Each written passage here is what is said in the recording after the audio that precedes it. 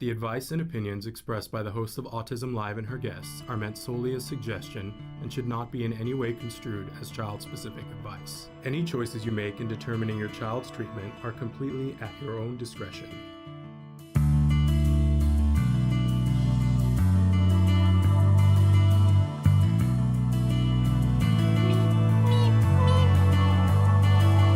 Good morning and welcome.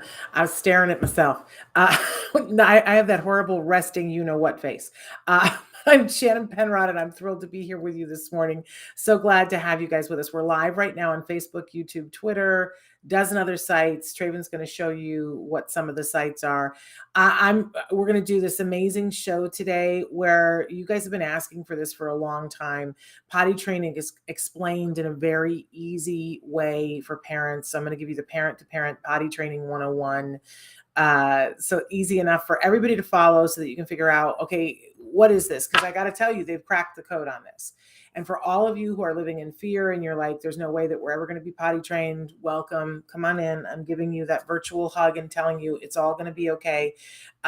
We got you here. And then we're going to work through and all the challenges and what could go wrong and, how we do this. So because they have cracked the code on potty training, I'm not aware of, with expert help, I'm not aware of a single individual who can't be potty trained. Now, do I know everybody in the world? No, but that's a lot of people that I'm aware of. So, wherever you are on this continuum, whatever it is that you're dealing with, I hope you'll pull up a chair and take what you can, right? But Traven is showing you the different places where you can go to watch, like, share, so on and so forth. Because the chat is open right now, and we are going to be taking questions throughout this talk as well, so that if you're having specific things, we can apply it to the steps that we're going to talk about so that you can have a place of where to start with this. But I do want to take a quick second here at the beginning to say that right now I'm, how when I get that way, right? I'm that way.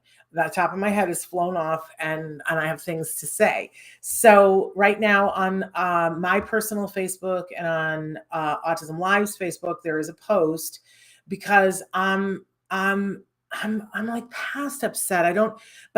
I'm in the stratosphere because I feel like somehow we took a wrong turn. And I'm like, whoa, what? And I feel like, and you guys write in and tell me if you feel the same way. I feel when something is good and as good is happening and I go, oh, thank God. And I don't always remember, I thought I jumped up and down a little bit, but maybe I didn't jump up and down enough. But now something that was good, beyond good, great, amazing, has gone away. And I feel like if we as an autism community don't jump up and down and go, hey, wait, no, then the message we send is, oh, it's okay. It's okay that you did this great thing and you decided to take it away and whatever. What I'm talking about, I don't want to be vague, you know what they say, vague booking. Amazon put out, they started before the pandemic working on a show that really was going to change the landscape of how autism was seen in the entertainment industry. They did an amazing job. The show was called As We See It. They had to, stop and wait during the pandemic, then film during the pandemic. It was all very, very hard, but they climbed that mountain. They scaled Mount Everest and they did it right, you guys. Not only did they have actually autistic actors playing roles of people with autism, and I mean dozens of them, right? They employed so many actors on the spectrum. We had such a good time watching it going, oh, look, there's so-and-so. Oh, look, there's so-and-so. Love that. Right? But then they went beyond that and they hired people from the community who are grips and things of that nature that were on the spectrum as well. So there were people on set, behind the camera, in front of the camera, consulting. There were, it was very mindfully done and it was done well. And, I reviewed it here on the show and I really, really, really loved it. I put out a caution to everybody and said, don't just watch the first 2 episodes because the first 2 episodes are hard because the content was hard.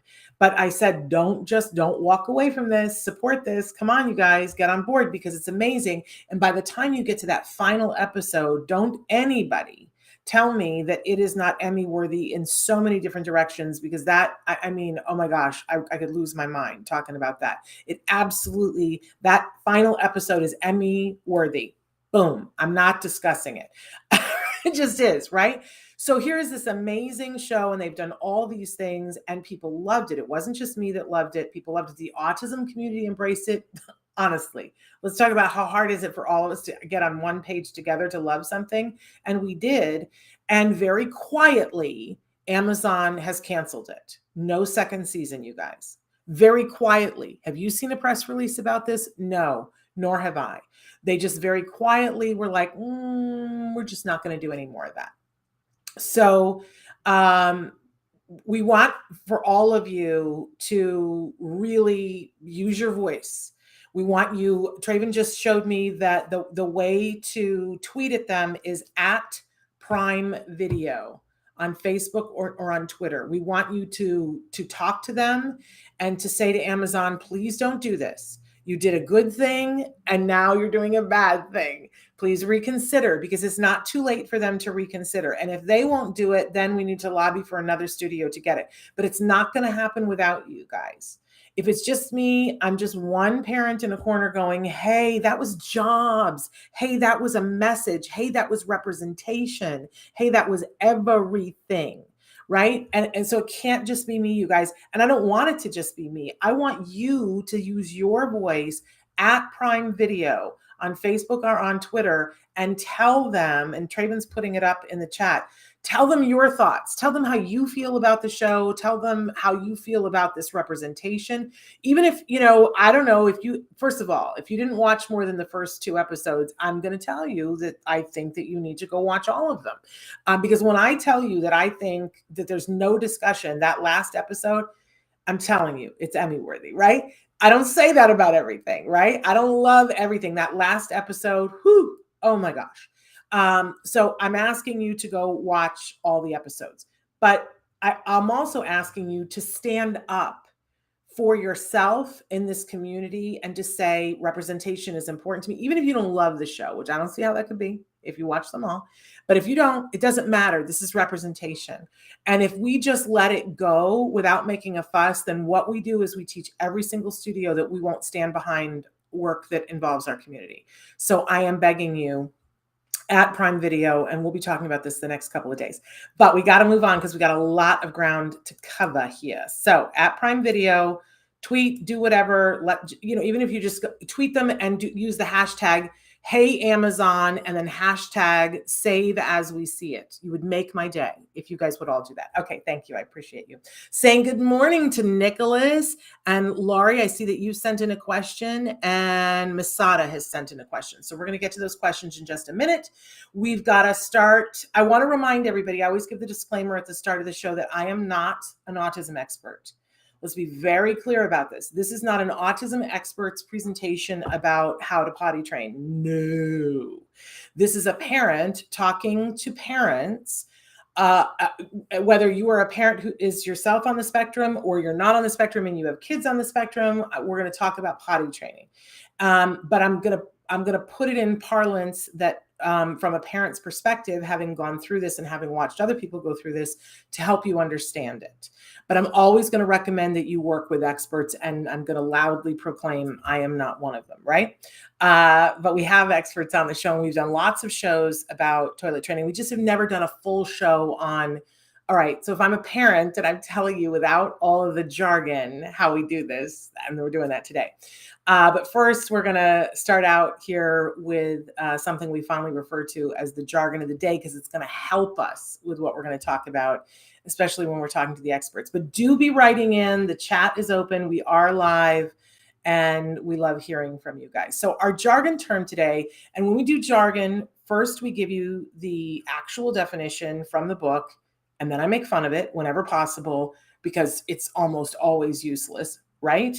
And then we give you a working definition, but then more importantly, we tell you this is why you need to know this term.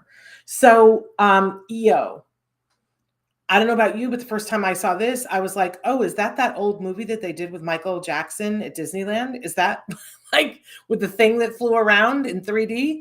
What EO, or is that like the band? No, that's ELO. What's an EO, for heaven's sake?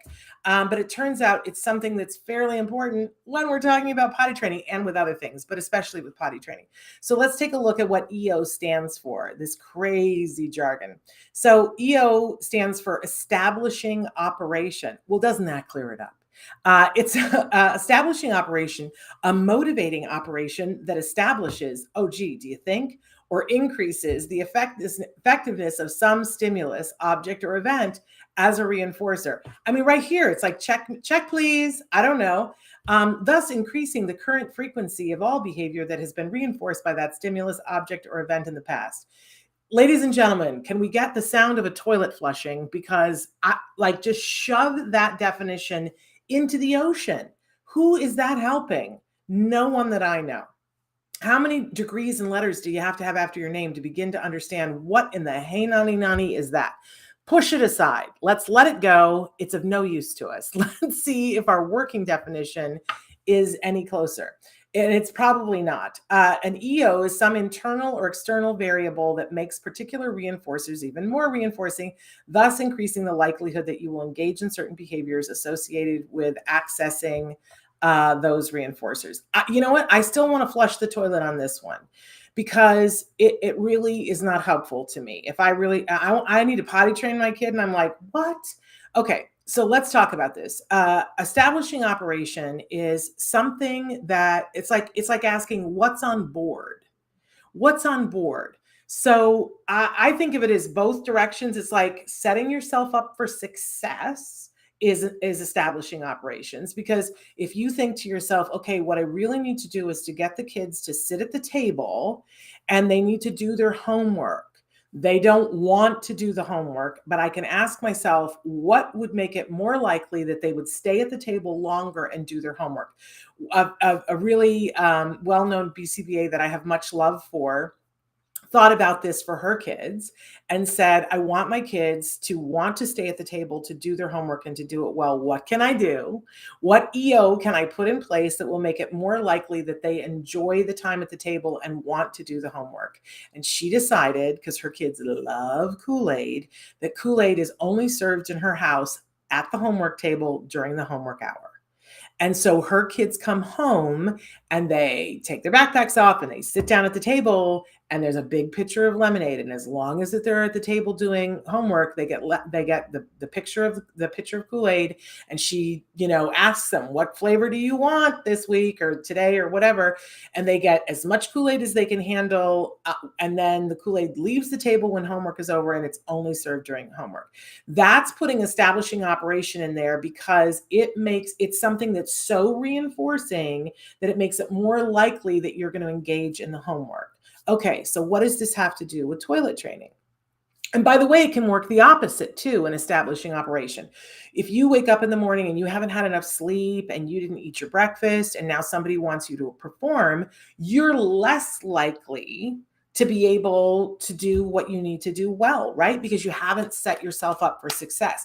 What's on board is sleepiness and hunger, not focus, right? So I always try to be on the right side of the EOs and say, what can we do to set ourselves up for success? Well, the experts call that establishing operations. So when we're going to work on something, what establishing operations are we going to put in place to set us up for success? Does that make sense? Because that's what we want to do for potty training. When we do potty training, there's a point when we're going to intensively work on potty training and the way we set ourselves up for success. We've already, we'll go through this in the talk, but one of the things that we do is that we get some salty snacks and a preferred thing to drink. Because in order to work on potty training, you need to have something to pee out, right? And you're more likely to drink more liquid if you've had a salty snack, and you're more likely to drink a liquid if it's your favorite liquid. Establishing operation. We have something to work with. We have a kid who needs to pee. So it's not that hard. It's like thinking ahead and thinking, okay, what could I put in place to make this more likely to happen? That's what an establishing operation is. So we're going to talk about that with the potty training. And I love you guys are writing in. I appreciate this. Okay. All right. So I was just looking at the questions. We're going to go on now to our question of the day. And you guys can be writing in on the question of the day in the chat. The chat is open. We are live. If you're just tuning in, it's Wednesday, the 6th of July, 2022. Our question is, what is too overwhelming for you to deal with right now? Oh my gosh. Let's get Ileana Vincent in here and say, heal yourself. Because sometimes you have a day when you're like, I can't deal with that today. I'm not up for that today. And it's really important that we acknowledge. We used to have Evelyn Gould on the show all the time, and we have her on occasionally now. And she would always talk about some days are yes days and some days are no days. Some days you're like, I can't do it. And other days you're like, yep, today's the day. Today's the day that I can face the dragon. I can slay it. I can do whatever I've got to do. And some days you're just like, I can't today. It's hard because sometimes you get to a point when it's gone on so many days where you're like, I can't face it today. I can't face it today. That then suddenly a day comes and you really can't face it, but you have to anyway. That happens too. But as much as possible, as parents of individuals who are on the autism spectrum, before we do anything, we have to check in with ourselves and say, what kind of a day is it for me? Because we're trying to create consistency for our kids and our teenagers and our adults. And we're trying to model behavior to show them this is how you self-regulate. A lot of times we forget that we can help them to learn to self-regulate by showing how to do it ourselves. So we have to ask ourselves, is today a yes day or is today a no day? And we have to show compassion for ourselves. And we don't enter into things if it's a no day. Like sometimes there are some behaviors that you just have to go, I can't today. I can't deal with that today. Today is not the day that we're going to take that on. And this is going to be important for our discussion too, coming up. And there is no odd question, Parker, but I'm going to get to these questions in just a second. So moving on to our topic this week. Our topic, we didn't have a show on Monday, so we didn't get to say this, but the topic for the rest of the week is one of my favorites. It's the ruby slippers. I love the Wizard of Oz. Do you guys love the Wizard of Oz? I love the Wizard of Oz because it's this whole journey that she takes because she's got to find something. It's this whole thing about, I gotta find my way home. First, she's got to find a way to be safe with her dog. Then she's got to find her way home. And that turns into, I've got to find the wizard so that I can find the way home. And it's all this thing that's all outside of her. It's a place, it's a person, it's a thing. I got to get the balloon. I got to do all these things. And then at the very end, Glinda the Good Witch says to her, you've had the power all along. You always did. The power was within you. And that, even as a child, resonated with me. I'm getting choked up thinking about it, but it resonated within me. And it's something that I have to relearn on a daily basis in my life. But when autism came, I'm going to admit that there was a period of time where I was like, I don't know what to do. And I was shaking in my shoes. And one of the things that was powerful for me was that the ruby slippers. Like, I was like, somebody has to help us. Something has to help us. We got to find the thing. And I get that. And there are lots of things out there for you to find. But I want to empower all of you to understand that it's also, when you think that the thing is out there, you're like, but we don't have access to that. And we can't afford that. And I don't know what they know. And I don't, whatever. And I want to tell you that a very large portion of this resides in you. It resides in you. No one knows your child better than you do. Yes, learn from the experts. Learn from them. They have things to share that will be really helpful. And there's lots of free ways. Whether it's through internet or word of mouth or book or whatever, there's ways to learn things. But a big part of this resides in you. And so when you say, well, our life would be better if only we had fill in the blank, I want to suggest to you, think again and go, that might be true, but think again and say to yourself, but what do I already have? Because a lot of what we're going to talk about with the potty training You have it already. And we're going to start today. And it's not a thing where you need to go out and spend thousands of dollars, but we're going to start today acknowledging, what can I do today? And it may not be everything. It may not be all the things, but there are things that you can do today that will help you and will help your child, teen or adult, right? But I want you to remember, you are more powerful than you've ever thought. And that everything you need resides in you. And one of the biggest questions I would ask myself early on is that true? Help me find it. Help me find it. And now that I'm on the other side, I look back and I go, I don't know how we did that. I really don't. And we had tons of help, don't get me wrong. But whenever I thank the help that we have, they go, yeah, but you were single-minded, Shannon. You had like that horn on your head and you were going to do this. And that solely came from the ruby slippers. And if we're going to do potty training, you're going to need your ruby slippers. All will become clear in just a second. I'm just looking at the questions that, yes. Oh, Parker, I see, because that is overwhelming. The question of the day, the answer is the grief of my friend's cancer diagnosis and the nervousness of putting on the koala suit. Yep, those things are overwhelming. And I think once we claim those things and say that is overwhelming to me, and we take a breath, then we make space for us to feel all of those feelings, but we make space for other things as well. That I just want to say to you, Parker, that there will come a time when getting in the koala suit won't seem overwhelming anymore. It's going to the first couple of times that you do it, but there is going to come a time when it won't feel overwhelming anymore. And I know that because I'm somebody who's been through cognitive behavioral therapy and thought that I was never going to be able to drive again. And I was like, no, I can't even see that in the future. But if you do the things that Dr. Grampy Shea talked about yesterday, the time will come when you're in the koala suit and you will enjoy it and you will not have anxiety getting into it. Okay. Laurie says, overwhelming to me is that my son will finish in the bathroom, leaves without his clothes, and wipes his hands on the walls and the floors and the carpets. I am cleaning the walls nonstop. Okay, that's going to be part of our conversation. And I want to get into the conversation about potty training so that we can get to troubleshooting those more specific things. So first things first here, I have to give the big disclaimer that, of course, potty training is easier if you have help.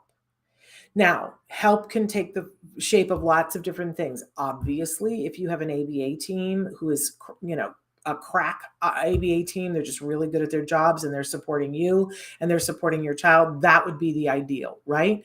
But you may not have access to that. So that may mean that you're having friends help or a relative and you've made them aware of what it is that you're going to do, but help is really useful for the potty training.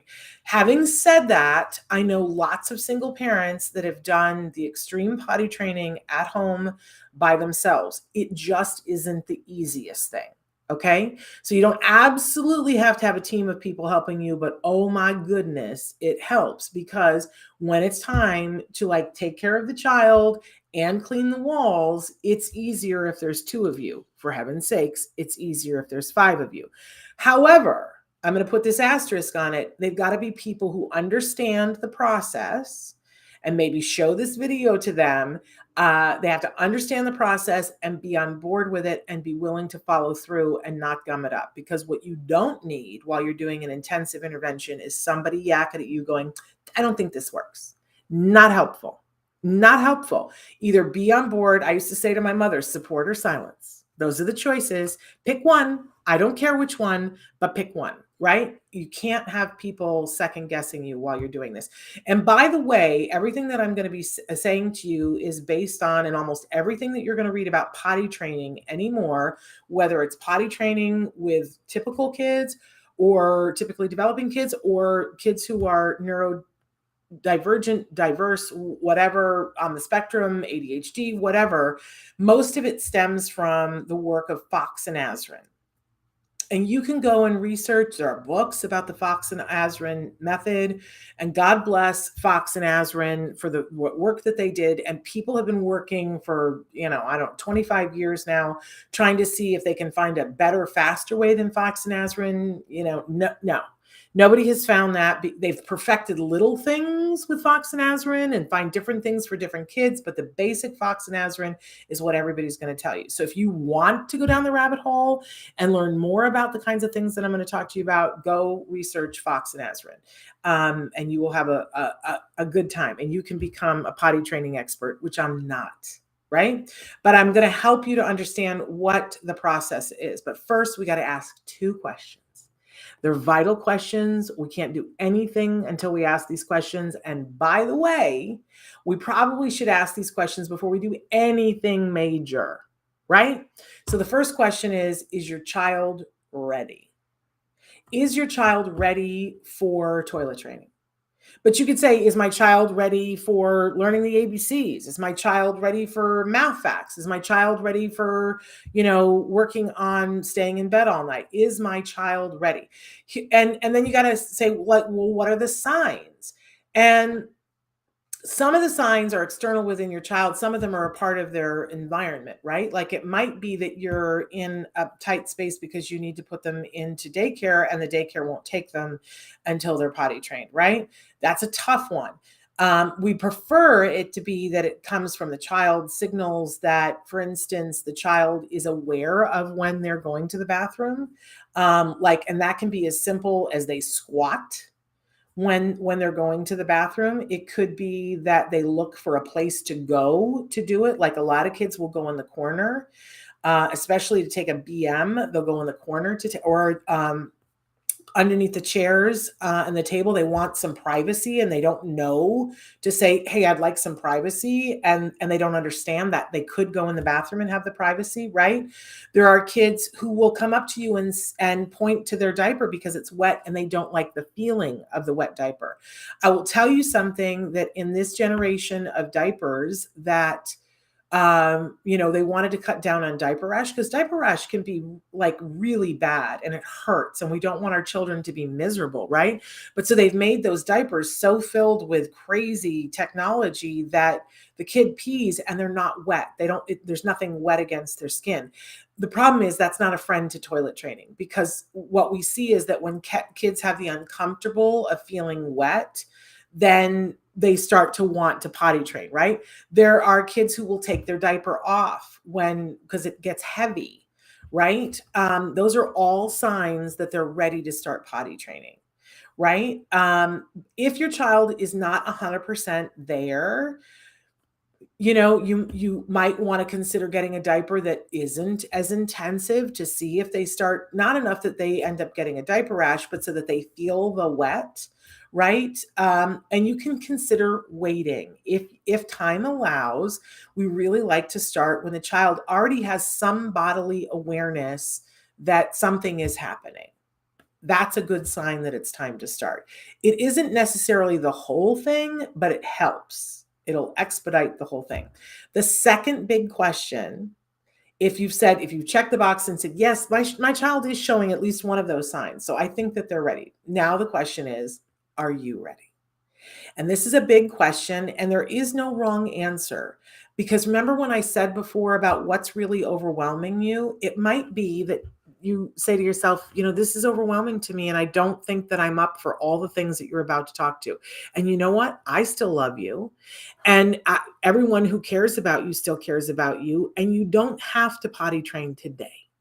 You can wait until you are ready. You need to be slept. You have to be rested to be able to do this intervention. You have to be willing to take a few days off and not have to travel across the country to your niece's wedding.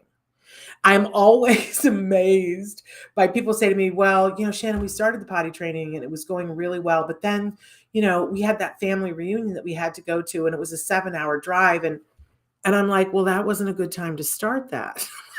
You know what I mean?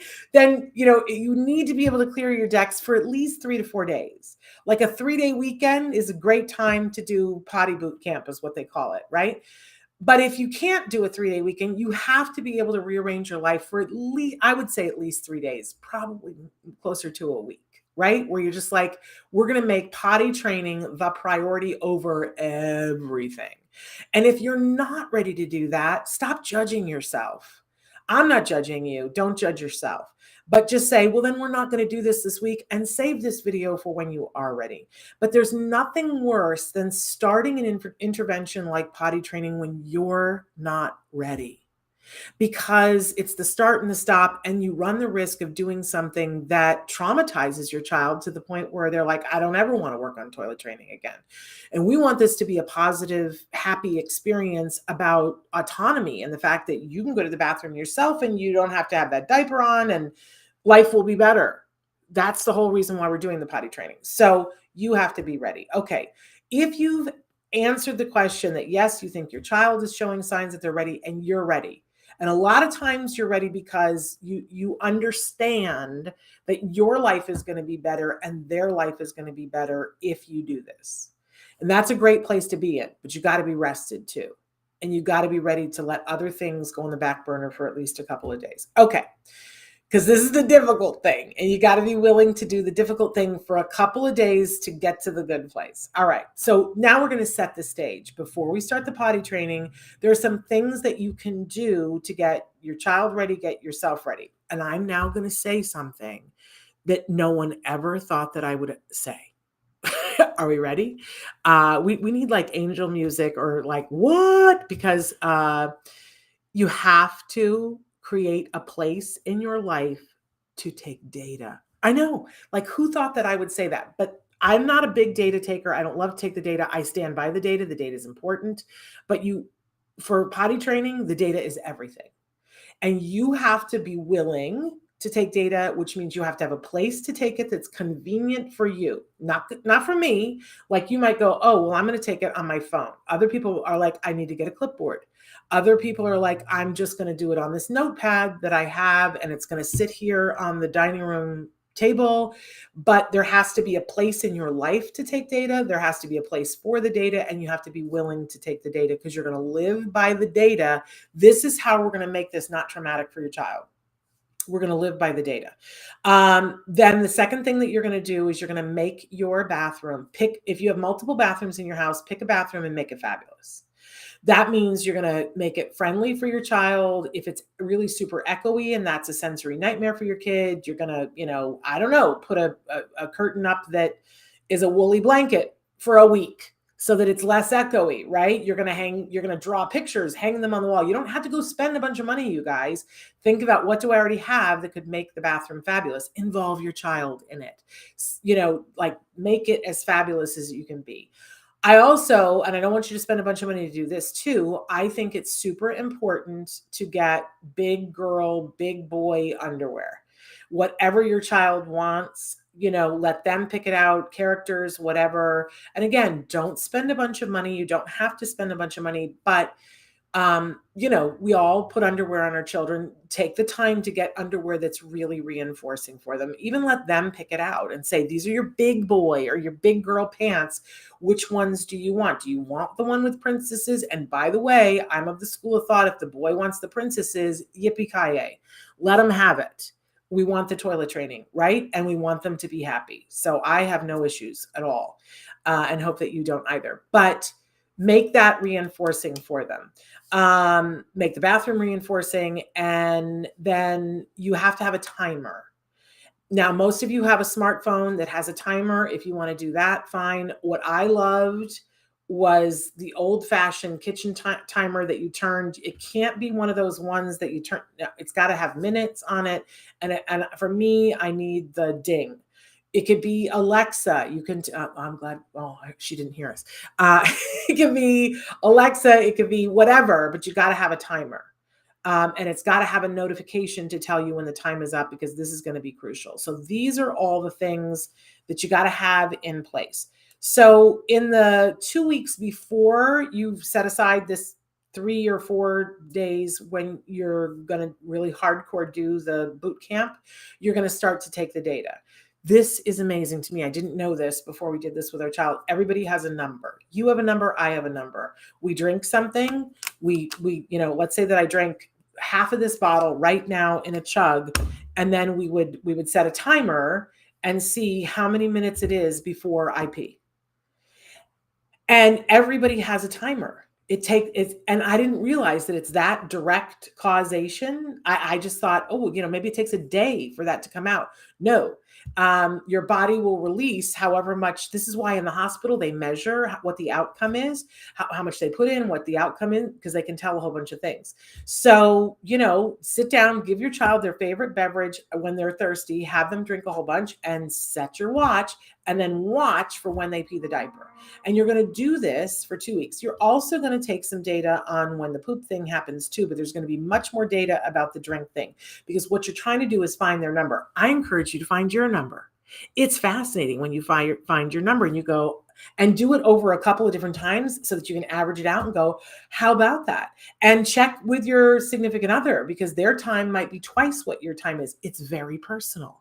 And isn't this good information to know what your child's number is? As I turned Renee's Alexa on. I just did it again. Anyway, so know what their number is, because that is going to become critical when we start to do this. It's going to be one of the big secrets of success. I didn't know this until we did the potty training.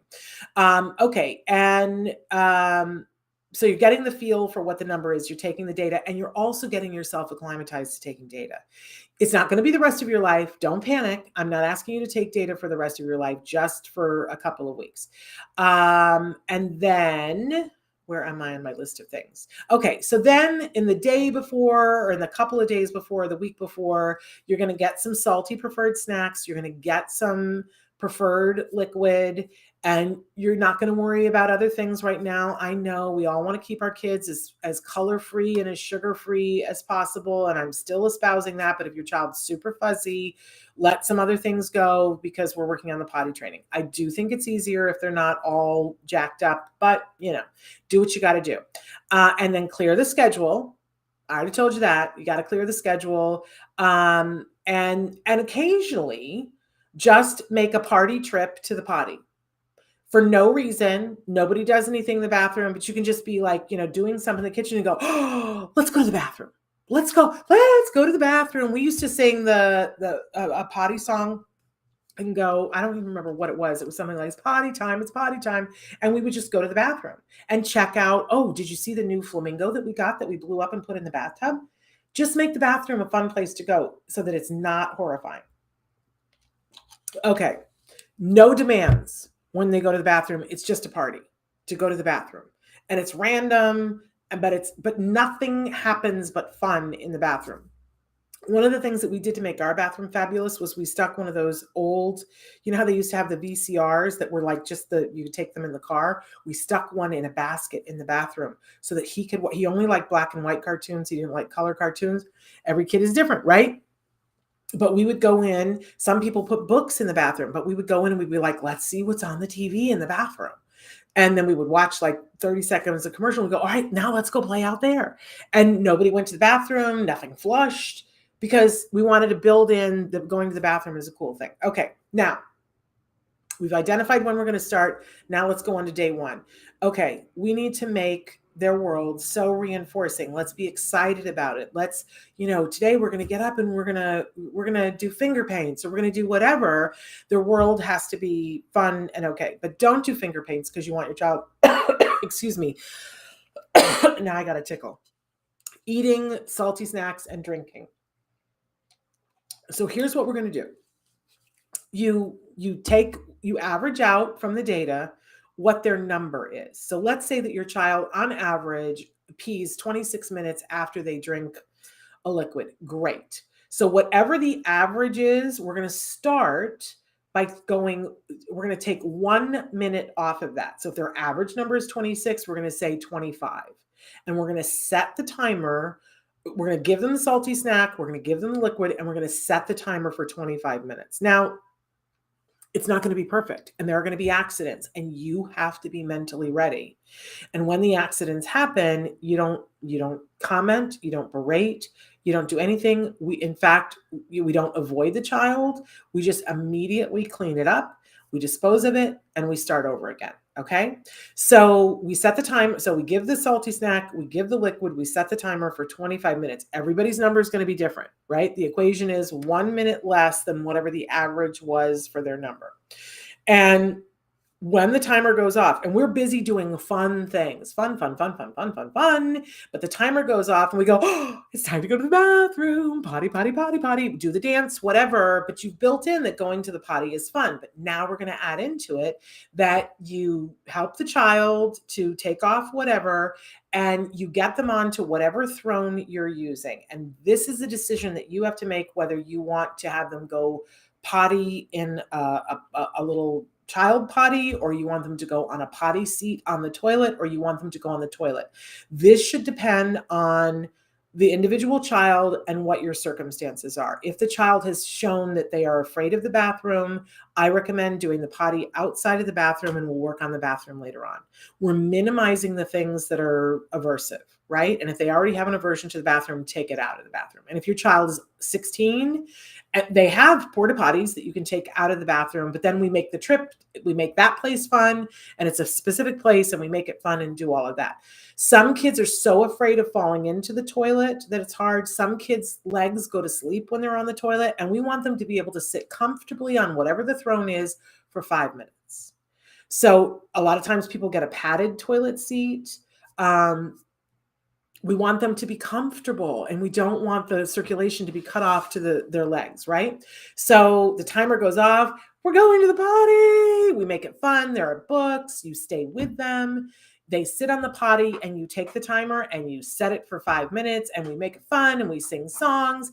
And if at any point the child does anything in the toilet, pees a little, poops a little, it is no holds barred celebration. Celebrate.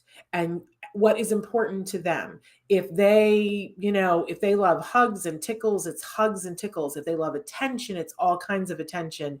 If there's a certain toy, we get that toy out, and that toy celebrates that, that they did it. We let them know that it's fabulous for them, but that's individual. But we celebrate, right? And then we do the washing up, and then we go back to doing the fun task, and we go back to the salty snack, and we go back to the drink, and we set the timer again for 25 minutes, rinse and repeat, right? But sometimes what happens is that we go to the bathroom, we sit there, we do all the fun things, 5 minutes goes by and the timer goes ding, and we go, okay, so it's not happening right now. We don't want the child to sit on the toilet for hours and hours and hours, because it gets uncomfortable, and we don't want it to get aversive. So, and we don't want to celebrate that they didn't do something. So we're very kind and compassionate. We go, okay, time's up. Not the big celebration. Okay, time's up. And then we help them to get dressed. We go through the washing ritual with them. It's still cozy, wonderful, but not the big party, right? Clear delineation between, not a big deal and the big party, right? It has to be. And what we do is we wash up and we set the timer for 5 minutes, because the child still hasn't peed. And we come back in 5 minutes, that goes ding. We do the same thing, party to the bathroom, sit on the toilet, and we do that until they pee. Now, one of two things is going to happen. They're going to pee on the toilet, or whatever the potty seat is, or they're going to have an accident. We already know what to do if they do it on the toilet. We celebrate, and then we go back to the sequence, which is salty snacks, water, timer, right? But if they go, and then we celebrate. But if they, at any point during this 3-day time when we're doing this, if they have an accident, we do not berate, we do not lecture, we're not at all punitive. What we want to do is be as what they call flat affect. So your face, that resting bitch face that I started with, is too much maybe, but it's like a nothing burger. We don't talk about it. We just take the diaper off. There's no discussion. And we put a new diaper on. We're not ignoring the child, but we're not, and you're a big girl now. You know better than this. That's all BS. That helps no one. You have to, with the tickle lock thing, you have to shut your pie hole. Don't make them feel bad. They're learning. And making somebody feel bad while they're learning never helped anyone. We don't berate somebody into toilet training. But when they do it, we celebrate, right? But it's a nothing burger when they don't.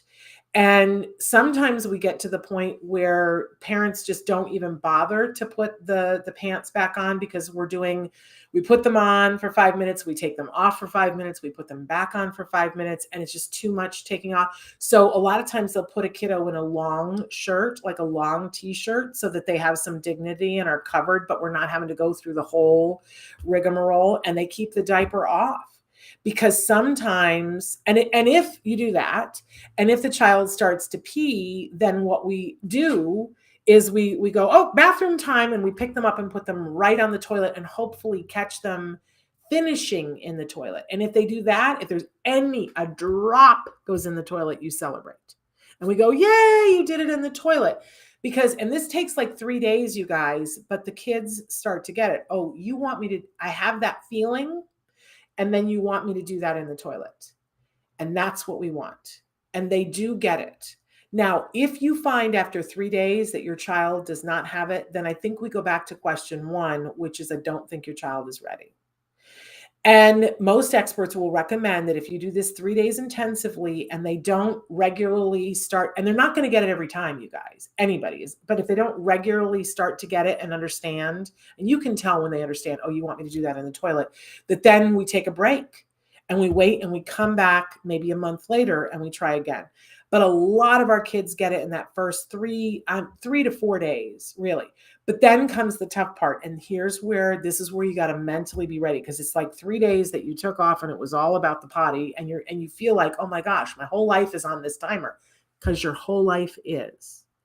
Every time you come off the toilet, you give them more liquid and you turn it back to 26 minutes, if that's your number. Every time. You don't go, oh, well, it's 3 o'clock, so we'll take a break now. No. That's why you got to clear your schedule. That's why you got to see if you're ready for this. But then as soon as your child is successfully peeing in one toilet, now you got to have them pee in another toilet. Now that might mean that they pee in your upstairs toilet, or it might mean that you got to start making trips to Target or whoever's down the street. But what we don't want to do is teach the child that we just go in this bathroom. Now, here's where it gets super duper bumpy, is the next time that you decide to go to the grocery store, or you decide, and it's worse in the pandemic because people have closed their bathrooms. But for the next 4 weeks while you're potty training, you still have to be on this 26-minute timer.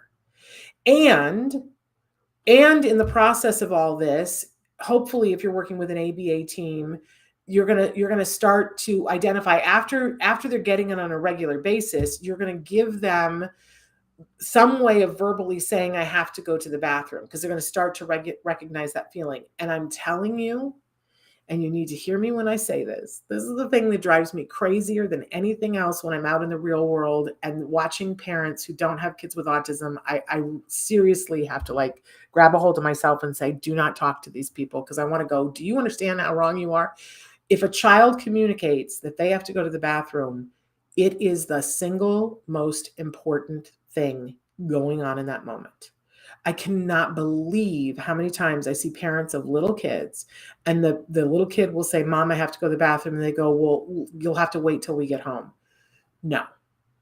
I can't fix it for people who have typical kids because they don't listen to me. But if you're listening to me, I need you to know that for the next couple of months, every time your child says they have to go to the bathroom, in whatever way they tell you, it could be a PEX card, it can be on their iPad, it can be that they're dancing and you recognize you got to take them to the bathroom. And that has to be your be all end all. And if your pastor doesn't understand, or their kindergarten teacher doesn't understand, or your Aunt Bertha doesn't understand, too bad. It is your North Star. That's how, because otherwise you're going to have accidents and they go, what's the point? And it's frustrating for them as much as it is for you.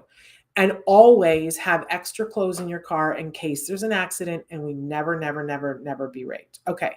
Any questions about that, what we've covered so far?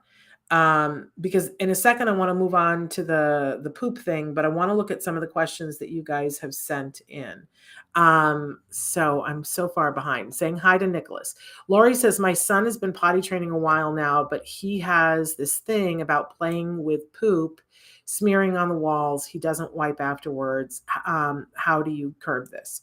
Yeah. So smearing is one of the things that's on my list to talk about, that you have to understand that there is something deeply satisfying about it, and that our kids don't understand what this stuff is that's coming out of their bodies. They don't understand what the pee is. They don't understand what the poop is.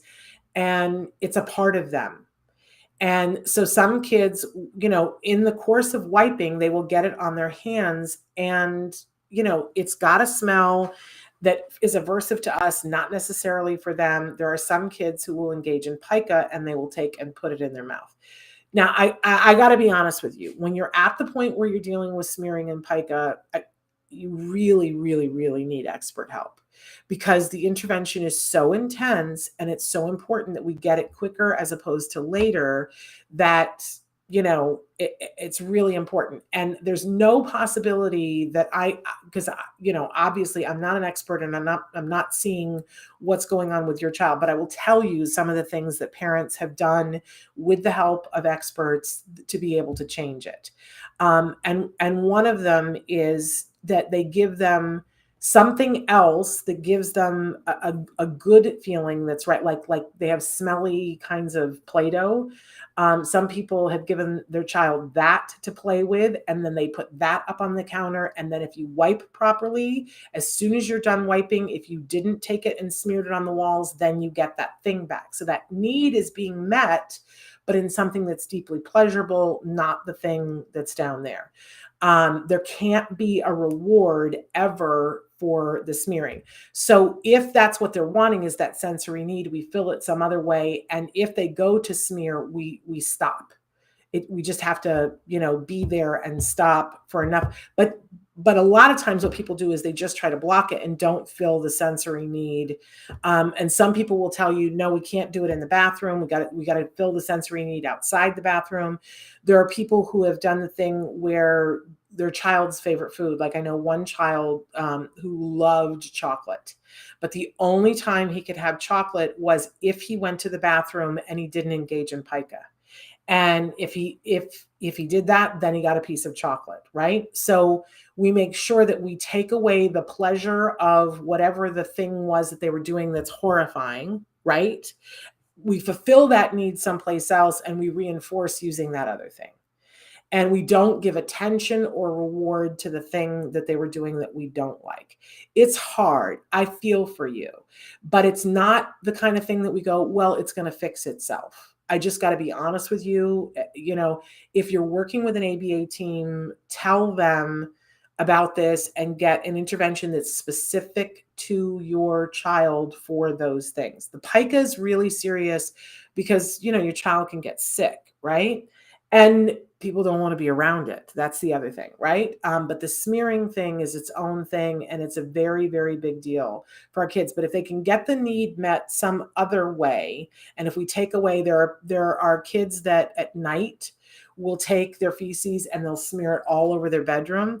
And so what they have to do is get special pajamas made for the kids, or they get very lightweight summer footy pajamas.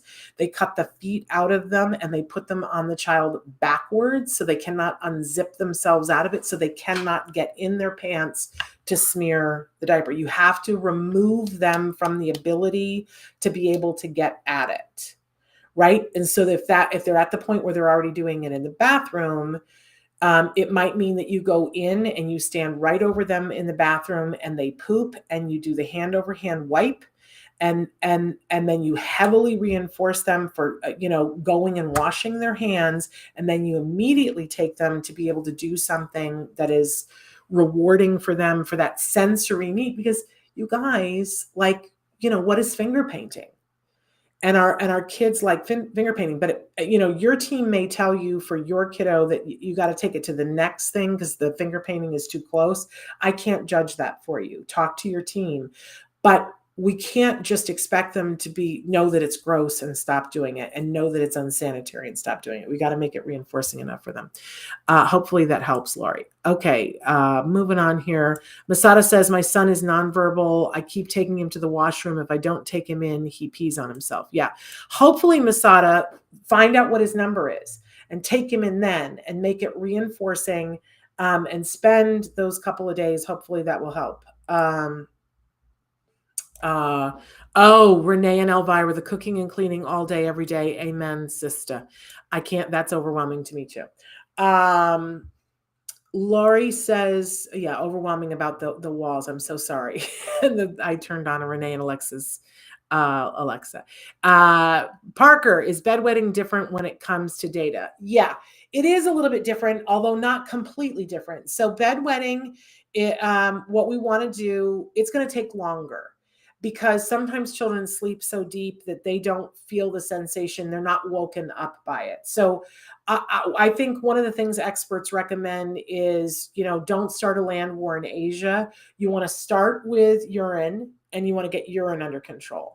And then you want to move on to poop, which I'm going to talk about in a second. And then you want to get to bedwetting. Bedwetting doesn't stop until they're older. So you get the pull-ups and you just deal with the pull-ups for longer. But eventually what you would do is, if let's say you've got a child who's 8, because a child who's 8, hopefully their body will send them the signal by that age.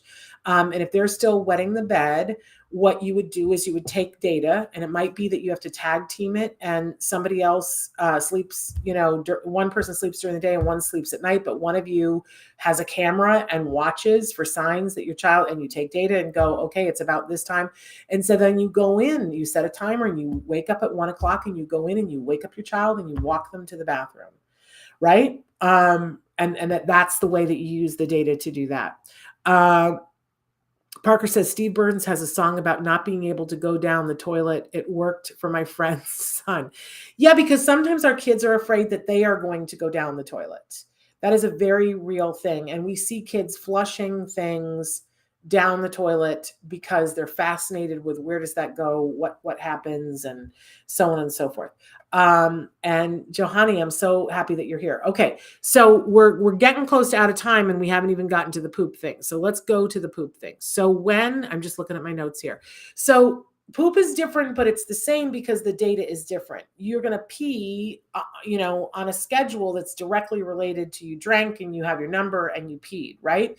Poop, it's a little bit different. But if our kids are eating sort of regular meals and they're eating at sort of regular times, you will start to notice that there is probably, we hope, one time a day when your child is pooping. You may find that your child doesn't poop and for every 2 days or every 3 days. But I got to tell you, that's a signal that you need to put more fiber in their diet, because what we would really like to achieve for maximum is that they poop once a day. If you find that your child is pooping 8 times a day, then that's a different thing. And you probably want to go see a gastroenterologist because your child's poops are probably runny, right? And all of that is about nutrients absorbing in the colon. And it could be that your child is really struggling to get nutrition. So a part of this is going to be eye-opening, and you never want to leave medical help off the table. But you're going to start to notice, okay, really, how often does my child poop and how does that relate to diet? And as you're noticing these things, and we notice this sometimes with the diaper, sometimes not, we notice, oh, well, now my child's poop is dry and now my child's poop is soup. And you start to notice, what is my child eating that's causing these different things? Because we want to get them as regular as possible.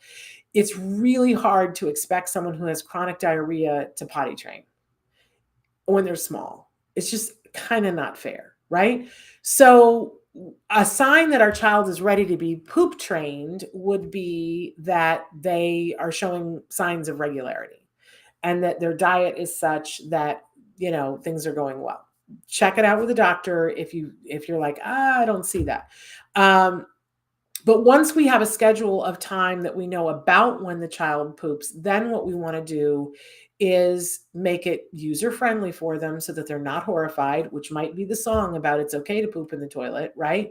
I know people that have had to put saran wrap around their toilet, and they put it, but they don't draw it tight so that it looks like it's the toilet. They can see the water, but there's no splash. There is something terrifying to some of our kids sensory-wise of the splash. It's like a piece of me just fell in the toilet, right? And then they're terrified that it's going to get flushed away. Take it one thing at a time. Let's get them pooping in the potty first, which means maybe take it off of the toilet, maybe even take it out of the bathroom, put them on a throne that's outside the bathroom where they can see it. There's no splash, there's no water.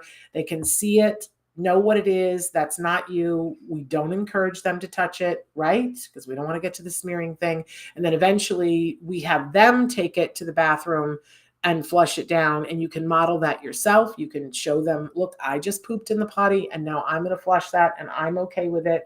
All kinds of things that we can do there. But I think the biggest thing for the poop thing is giving a reinforcer. I've told this story before, that what we did in our family was that we took our child shopping. We let him find the thing he wanted more than anything else, which was a Lego Knight. We took the Lego Knight and we stuck it on the bar that had the towel that was facing the toilet or the bathroom that we were using. And we showed him, we said, here's the Lego Knight. And he was like, I want it. And we were like, it goes right there. And as soon as you poop in the potty, you can have it. Well, he didn't understand that. And he threw a fit and we just allowed him to throw a fit, and we stepped over his body. We didn't leave the room. But he wanted the thing. And then we fed him a diet that was, what we showed for him to be regular. And first thing in the morning, we went in and put him on the potty and we said, poop in the potty and you get the Lego. And he was ready for that. You got to ask the question, is the child ready? He was ready for that. And let me tell you, once he understood, as soon as I do that in there, I get the Lego. Oh my gosh, he worked overtime. He was going to get that thing out of him in the toilet so that he could have the Lego Knight. And as soon as he, and it was a thing where in the morning, as soon as he did that in the toilet, he got the Lego Knight and he got it for the rest of the day. It didn't matter how many accidents he had after that, he got it for the rest of the day.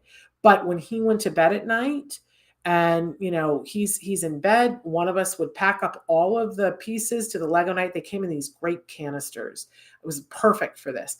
And it was what he picked. And we put the top on the canister and it went back on the toilet bar so that in the morning, I didn't have to go search for it. It was there. And my son would get up and he would look around for the Lego Knight and I would say, it's on the toilet bar. You poop in the potty, you get the thing.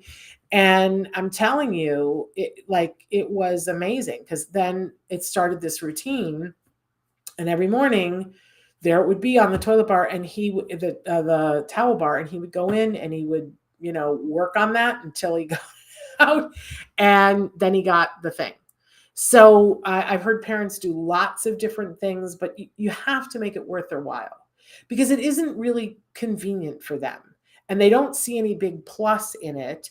They don't see how it improves their life. But I will tell you what will happen is, and by the way, you heap the praise on too, as well as whatever the equivalent of the Lego Knight is, and you stop with the diapers entirely as soon as you possibly can. And they have that really cool underwear on and it feels better in their pants. And even though I think that a lot of times we don't think our kids notice things in terms of socially that, the other kids don't have, but there is something about that whole I do it myself thing that kids have. And there is something, I don't know, it's fascinating. I've seen it in so many kids where they understand I have control now. I'm in control of how my pants feel, and I'm in control of how my body feels. And I have this thing, this toilet in which I can do it. But again, just like the pee, you never want it to be that your child only poops in one toilet. Oh my gosh, how many parents do I know who had great ABA teams who worked with them and they got their child potty trained, but they only did it in one toilet. And now they go on vacation and they end up at the hospital because their child is impacted, because their child will not go in the bathroom at the hotel. Please do not do that to yourself and your child. Please, please, please, please. Thank you, Macy. Please, as soon as your child is able to poop in one toilet, take them to a public bathroom and have them poop, and reinforce them for doing the poop in the toilet there. What they're going to learn, it's called generalization, but what they're going to learn is maybe this toilet is stainless steel and the one at home is white and this one is oval and this one is round, but they're going to learn there are these things, they're toilets, no matter what they look like, no matter what the door looks like. That's where I put my poop. That's where I put my pee. That's where I relieve myself with dignity. And I have control over it. This is a great gift that we give them, is the ability to have that autonomy that I can go when I want to go. It is no small thing to be able to toilet train. Now, really quickly, we gotta talk about a couple of things. Nighttime, wait until they're really ready. Here's the other thing with nighttime, make sure you go over the rules with them and that you set up the stage for success. I have a dear friend whose child kept wetting the bed and it was wearing her down. I'm talking to a nub, because she would have to get up in the middle of the night and she'd have to strip the sheets and wash the sheets. And it was this whole big thing. She wasn't getting any sleep over it. And she was getting more and more frustrated. And it went on for years. And this kid could do so many things. And she was just like, I just don't understand why there is the nighttime thing. And they had talked about don't wet the bed, don't wet the bed, don't wet the bed, right? But they're finally, in frustration, one night at 3:00 in the morning, she said, why don't you just get up and go in the bathroom? I don't understand. And the kid stopped and looked at her and he said, I'm allowed to get out of bed? And she went, oh my gosh. How many times have I told this kid there's no getting out of bed? Go over the rules with them, right? Go over the rules with them, walk them through it, set timers, get up with them, walk them to the bathroom, tell them, get the thing that lights up so that it's not dark and they're not going to fall down the stairs and they're not scared. If you have to, they have those little LED light strips now. Do an LED light strip that goes from their bed to the bathroom with a remote control, so that they can, it's like a landing pattern that takes them there. Make it reinforcing. Make it so that they're set up for success. Okay? Because our kids are afraid of the dark. They're afraid of whatever. We have the toilet lights that light the toilet up so that the boys know where to pee, so that it's not over the floor, right? Set them up for success and then reward. Make it so that when you have a dry night, it is everything in the morning, that they get everything that they want, that it's the same as if they had just graduated from college with honors. You know what I mean? Make it worth their while. Okay, now let's go through the troubleshooting list. Sometimes kids will have accidents, and instead of getting frustrated with them, be a detective and ask yourself, why do I think this accident is happening? Kids will have accidents because of anxiety. Kids will have accidents because they've eaten something that doesn't agree with them. Kids will have accidents because they weren't given access to a bathroom or they didn't know how to ask. None of those are their fault, right? And there's a million other things. If you see if your child has potty training and they're pristine and they've been 6 months and never had an accident, and all of a sudden you're having a bunch of accidents, something's going on. I don't know what, but something is going on. And it might be that they have a sudden allergy to something that they're eating. It might be that they watched a scary movie and that they're having nightmares, and this is how it shows up. It could be that the most unthinkable thing, that someone is abusing them. But here is the thing about accidents. If your child is potty trained and suddenly they're having accidents, it is your main job to figure out what's going on and have them be safe and set up for success. But when they have potty training and there are accidents, this is after it's all done, it is a sign that something's going on. Don't ignore it, okay? If you're having serial accidents at the beginning, I want to say to you with love, go back to your data, go back to plan A, which was 20, whatever the number is. I set the number at 26, but for your kid, it might be 12 minutes. It could be 7 minutes, but go back to where it was working and understand that it's not your child. The system works. It's not your child. If it's that you never got to the point where they were getting it, pause, wait, give them time, because they're trying to learn a lot of things at the same time and come back to it in a couple of months. Okay, let's talk about sensory issues for a second, because there's nothing bigger sensory than potty and body and all of those things. And some kids don't like the sensation of when their bladder is full. Some kids love the sensation of when their bladder is full, and they will press on it because it's a pleasurable feeling. We don't judge sensory things. We just want to show up and be an ally for the kid to understand, how do we have it be clean? How do we have it so that they have that autonomy, right? We want them to feel comfortable and happy at all times. So start to get to know your child and what their sensory issues are. My child, when he's in an echoey space, he there is a disintegration of, not anymore, but when he was little, he would just fall apart. And all he would be interested in was the sound of his voice echoing. And it didn't matter if things were shooting out of his behind, right? So bathrooms, he would turn into a different person if we went into the public bathroom and it was all echoey, right? So be aware of what the sensory issues are and don't poo-poo them and don't punish for sensory issues, but be kind, be compassionate, set them up for success. Figure it out, be a detective, and it will help you.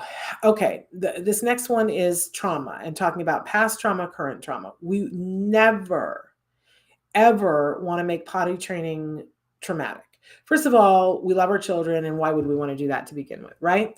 But if that's not enough for you, and it is for all of you watching, but for anybody else, here's the thing. If we infuse trauma into the experience, it's going to take significantly longer to undo that and have them be potty trained.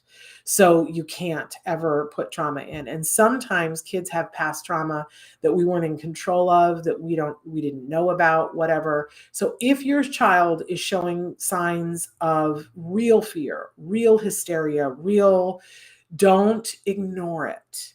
Be kind, be compassionate. Try to be a detective to figure out what it is. If you need to get professional help, figure out what it is. But there are ways that you can, I think of it as like having an ectomy. Like, so if what they're afraid of is the flushing toilet, we can work on that separately, but we can take the toilet training and put no toilet flushing in it. You can work on toilet training without a toilet flush.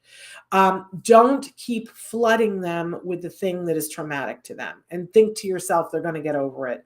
That is unkind. We don't do that to kids. Okay.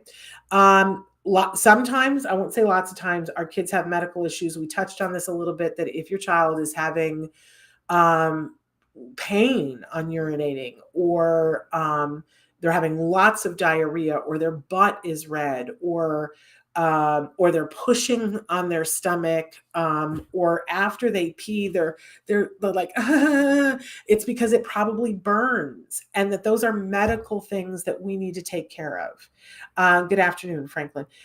So don't ignore those. If you see signs of any of that, you need to go to your pediatrician and make them listen to you. A lot of times, if you say that your child is on the spectrum, some doctors and nurses, it's like, oh, well, that has nothing to do with autism. There are plenty of people with autism walking around and peeing and pooping, and they don't have constant chronic diarrhea, and they don't have painful urination.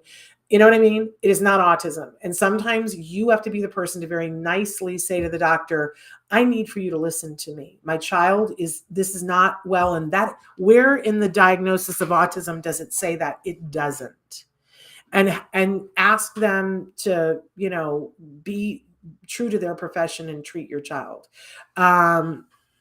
Franklin has written in and said, I'm 49 and I think I have prostate issues. And Franklin, I'm concerned for you and I want you to get right to a doctor. That's not something to mess around with. And if you need somebody to help you advocate, let us know if you need help finding that person, because there are advocates that can go with you to the doctor, but you need to get help for that. We did talk a little bit about PIKE already, and we talked about smearing already. So my question is there anything that I said that you guys are like, I have no idea what that meant, or do you have questions now about anything? I'm trying to look.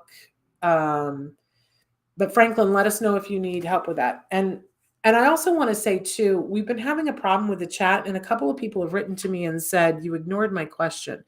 I'm never ignoring questions. Sometimes I'm not getting them. So if there's anything that I have left out here, I would love it if you guys would tell me. We're past the time, but I'm prepared to stay if somebody has a question. But here's the thing. There's so much more knowledge about this on the internet, but hopefully this gave you some parameters about like, oh, this isn't this huge thing that we don't know about. We absolutely know how the body works, and our kids and our teens and our adults are not, their body still functions the way that other people function. They pee, they poo. This is just the reality. So, we can overcome all this. I want to make sure that, especially for Lori, I really want to put it into your backpack, Lori, that I do know a lot of people that have had to deal with the, we got to end soon. We've had a lot of people who've written in over the last 11 years of doing this show where their kids were smearing, and it ends. With help, it ends. So this is not going to be your whole life, but it does mean you're going to have to ask for some help and support. And if you don't know who to ask for, please write to me, Shannon at autism-live.com, and I'll help chase it down for you, because you need some help. I hear that it's overwhelming. All right, we've got to go, but I want to encourage all of you that if you go on our Facebook and see the thing that I've written to Amazon about As We See It. If you agree with me, please write to them at Prime Video on Facebook or Twitter. And if nothing else, use the hashtags hey Amazon, or the hashtag save As We See It, because I feel like this is a really important thing for our community, a line in the sand. And if we don't make a noise, studios are going to stop hiring people on the spectrum, and we can't have that. Holly says, I have 2 nonverbal and 1 is a teen, 18. It has been difficult trying to get them potty trained. Holly, are you at all working with anybody team-wise? Because you need help. And I'm going to give you my email again. It's Shannon at autism-live.com. And Holly, I want you to write to me and tell me where you are and what kind of help you're getting, because we've seen people who were 37 and in institutions be potty trained. So I am confident that your kids can be potty trained with enough help and support for you. But let's work all the issues, make sure that there's no medical issues, and let's get you some help and support so that you can make it happen. Okay? Because the potty training, once you have the potty training, your life will be better, and their life for sure will be better. All right? I'm sending you a hug. Write to me, Shannon at autism-live.com. Hey, on tomorrow's show, I don't know enough about prostate issues, Franklin, but I want you to go to a doctor. On tomorrow's show, Let's Talk Autism with Shannon and Nancy, we're having Lillian Carrier on. Amazing actress. You guys know her she played Drea on Everything's Gonna Be Okay, but she also played a really wonderful small role on As We See It. And she and her sister are the founders of Autism. And oh my gosh, she's doing some amazing things. So we're so thrilled to welcome her back to the show. I think her service dog, Luke, will be with her as well. We'll see. And we're looking forward to having her on. Plus, we'll have In the News and Why Art and all that good stuff, and Nancy Allspaw Jackson. We'll be back tomorrow with that. Until then, give your kiddos a hug from me and one for you too. Bye-bye for now.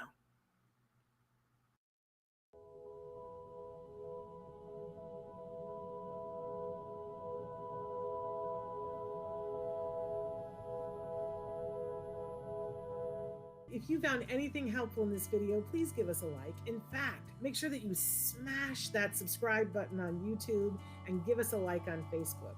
You can also follow us on Twitter and on Instagram for important updates. And please download our free podcast wherever you get your podcasts. Thank you so much. See you next time.